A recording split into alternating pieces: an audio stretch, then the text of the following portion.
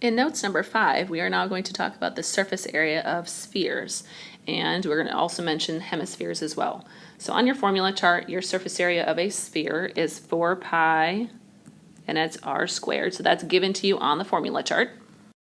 When you get to a hemisphere, though, this is not on the formula chart, but realize for a hemisphere we have half of a sphere. So that means we need to take half of our formula for a sphere, but also realize then that that only gives you the outside portion. It doesn't give you this circle in the center that now we can see. So we would have to add the area of one circle onto it.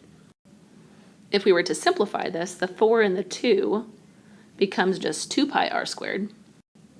And the 1 pi r squared would stay. And if you notice as well, we have like terms. So if we have 1 plus 2 or 2 plus 1, we have 3 pi r squared. And this is not on the formula chart. So if you wanted to memorize it, you'd have to realize that if it's a hemisphere, your surface area of everything that you can see then would be pi r squared, 3 pi r squared. Otherwise, remember what we had started with, that we have to take half of the original surface area and then add on that circle at the bottom. So that might be a better way of understanding it, just so you realize the explanation behind it. So number 1, if we need to find just the plain old surface area of our sphere, we need to know what our formula is first. And on our formula chart, we've got 4 pi r squared. My radius in my picture is 7, so we can just go ahead and plug all of those numbers in. Then when I get 7 squared, that gives me a 49. When I multiply that by my 4, then I get 196.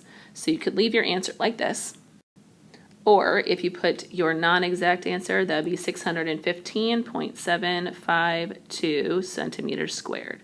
Always remember your units when you're writing your surface area. Now on to our hemisphere surface area. Our diameter here is 13. That would mean our radius is 6.5, and that's the number we need to be using. Remember, for the surface area of a hemisphere, we have half of the formula for a sphere, but then we also have that pi r squared, that circle that we can now see. So we plug in all of our numbers. This gives us 84.5 pi for that first fraction, plus 42.25 pi for the second fraction, and then we need to add those together, and we get 126.75 pi, and that would be our exact answer. So we could leave our answer like that, or if you wrote it as a full decimal, we'd get 398.197, and again, inches squared. Number 3, we've seen this first part before when we were talking about volume. So if we give you a volume of a sphere is 36 pi, and you need to find the radius of that sphere, we need to set our formula for volume equal to 36 pi.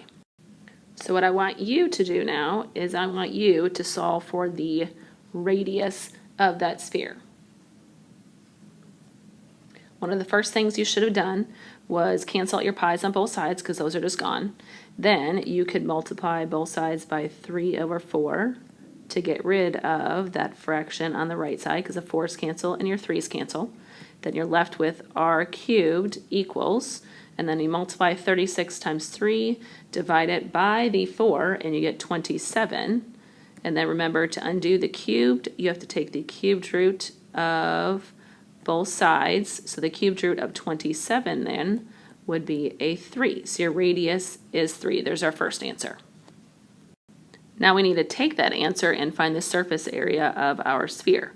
So surface area, remember, is 4 pi r squared. We know the radius is 3, so we can plug that in there. And again, I want you now to finish that up and tell me, what is the surface area of your sphere going to be?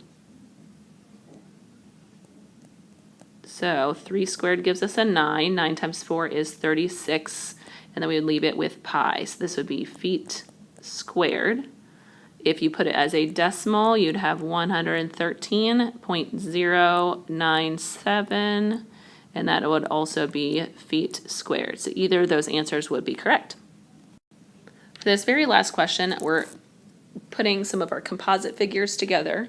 And spheres, we have to remember, whenever we have a picture taken out, we need to take the total surface area, subtract out the little hole in there, but then we need to add in that outside edge or our lateral surface area of our shape. So this case is our sphere, so it's just the lateral surface area of our sphere.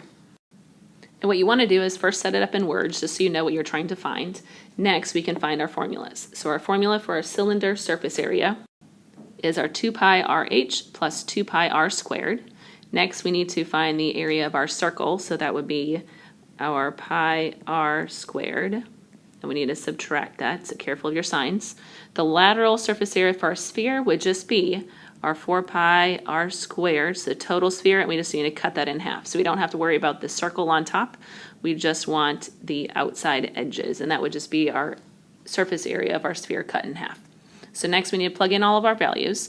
Now realize that these second two are using the smaller circle versus the first one is with our bigger circle. So careful when you use your radius, that our radius for the bigger circle is 8.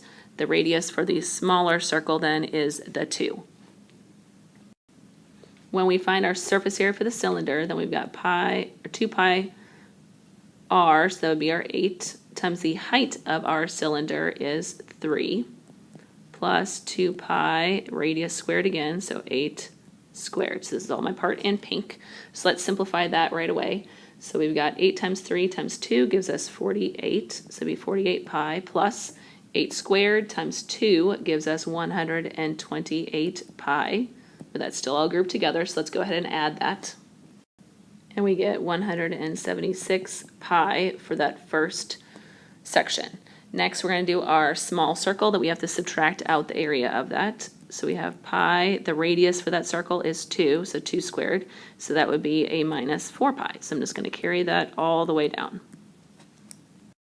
Now we need to add in the surface area of just this curved section, so not the circle, just the curved edges around. So we've got 4 pi r squared, so 2 squared again, divided by 2. So when we do that, we end up with 8 pi. So let's carry that all the way down.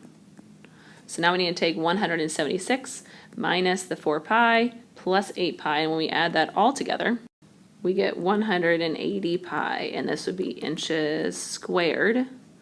Again, I want you now to find out what would your decimal answer be for that solution. All right, you should have chosen 565 plus our 0.487, and that would be inches squared for our units that go with our number.